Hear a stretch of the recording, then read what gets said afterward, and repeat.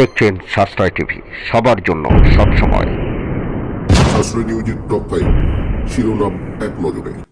মার্চেই ঘোষণা হতে পারে লোকসভা ভোট। এক দেশ এক নির্বাচনের বিরোধিতা তৃণমূল কংগ্রেসে। অজিত পাওয়ারের দখলে এনসিপি। অন্তরঙ্গ মুহূর্তের ছবি দেখিয়ে ব্ল্যাকমেল, গ্রেপ্তার প্রেমিক ও শিক্ষিকা। ফুটবলের দেশে গেল বীরভূমের একরত্তি শরৎ। আসছি বিস্তারিত খবরে। লোকসভা ভোট ঘোষণা নিয়ে বড় খবর। সূত্র মারফত পাওয়া অনুযায়ী আগামী মাসে অর্থাৎ মার্চ মাসেই ঘোষণা হয়ে পড়ে লোকসভা ভোট। এমনকি মার্চের দ্বিতীয় সপ্তাহে ঘোষণা হতে পারে নির্বাচনী নির্ঘণ্ট। সূত্রে আরও খবর, মার্চ মাসের প্রথম সপ্তাহে রাজ্যে আসছেন নির্বাচন কমিশনের ফুল বেঞ্চ এবং 10ই মার্চের ভেতর লোকসভা নির্বাচনের নির্ঘণ্ট ঘোষণা হতে পারে। এক দেশ এক নির্বাচনের বিরোধিতা তৃণমূল কংগ্রেসের।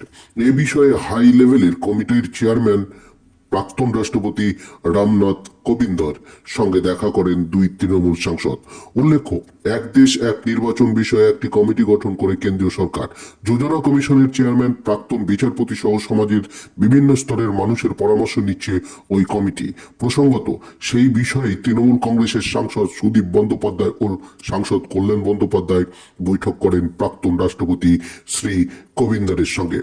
বৈঠক শেষ করে সুদীপ বন্দ্যোপাধ্যায় বলেন, আমরা কোনোভাবেই এক দেশ এক নির্বাচনের পক্ষে নই, বরং দলবদল আরো কঠোর করুক।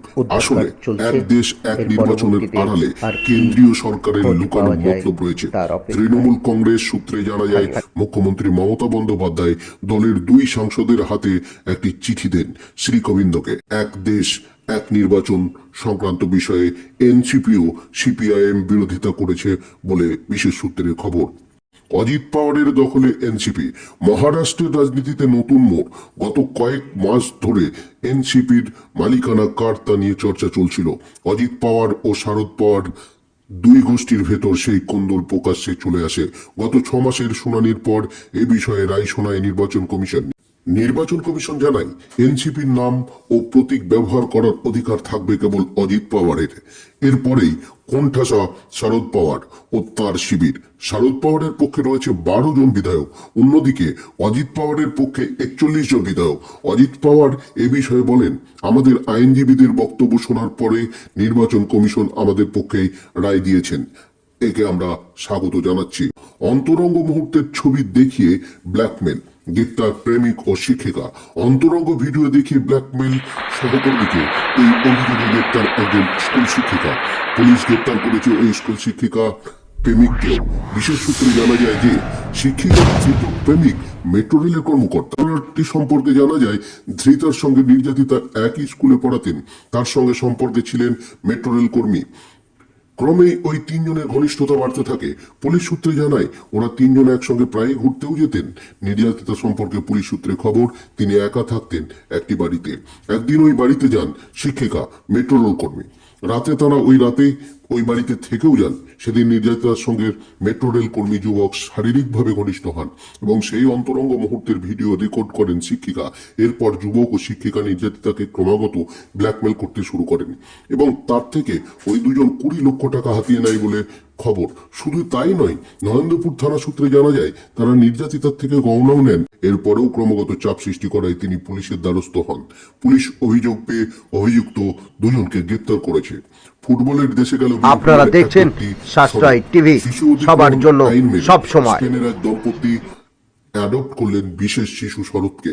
1.5 বছরের শিশুটিকে স্পেনের বাসিন্দা গবেষক ও শিক্ষিকার হাতে তুলে দিল বীরভূম জেলার প্রশাসন। কেমিক্যাল সায়েন্সের গবেষক ফ্রান্সিসকো দেবদারু ফার্নান্ডেজ প্রিয় শিশুটিকে অ্যাডপ্ট করতে পেরে খুব খুশি। তার কথায়, এটা আমাদের কাছে ঈশ্বরের উপহার। তার স্ত্রী মার্তা গালা ভার্নাস স্পেনের একটি স্কুলে ফিজিক্স ও কেমিস্ট্রি পড়ান। তাদের কথায়, গত 6 বছর ধরে একে কোলে তুলে নেওয়ার জন্য পরিকল্পনা চলছিল। আজ তা সফল হলো। প্রসঙ্গত প্রশ্ন ওঠে, কিভাবে একজন স্পেনের মাদ্রিদবাসী এ দেশ থেকে শিশুটিকে অ্যাডপ্ট করতে পারলেন। বিশেষ সূত্রে জানা যায় যে ওই দম্পতি সেন্ট্রাল অ্যাডপ্টেশন রিসোর্স অথরিটি বা কারা পোর্টাল থেকে শিশুটিকে পছন্দ করেন এবং আইনি পথে শিশু অধিগ্রহণ করার জন্য যাবতীয় বিধি মেনেই ওরা শিশুটিকে গ্রহণ করেছেন। বীরভূমের জেলা শাসক বিধান রায় এ বিষয়ে জানান, অ্যাডপ্টেশন আইনের ধারা মেনে আমরা এই দম্পতির যাবতীয় বিষয়ে খোঁজখবর নিয়ে তাদের হাতে এই শিশুকে তুলে দিয়েছি। এভাবেই বাংলা তথা ভারতের সঙ্গে ফুটবলের দেশের যোগাযোগ আরো নিবিড় হলো। আজকের খবর এই পর্যন্ত। ধন্যবাদ।